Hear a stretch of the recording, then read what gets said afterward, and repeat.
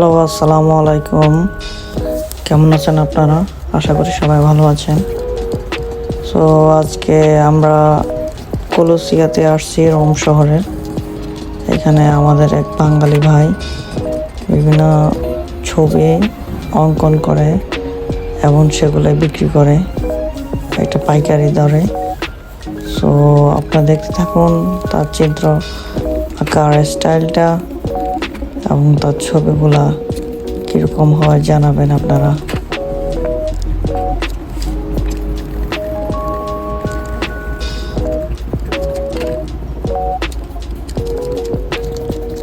বাঙালি ভাইটি দীর্ঘ 10 বছর ধরে এই কাজটি করতেছেন।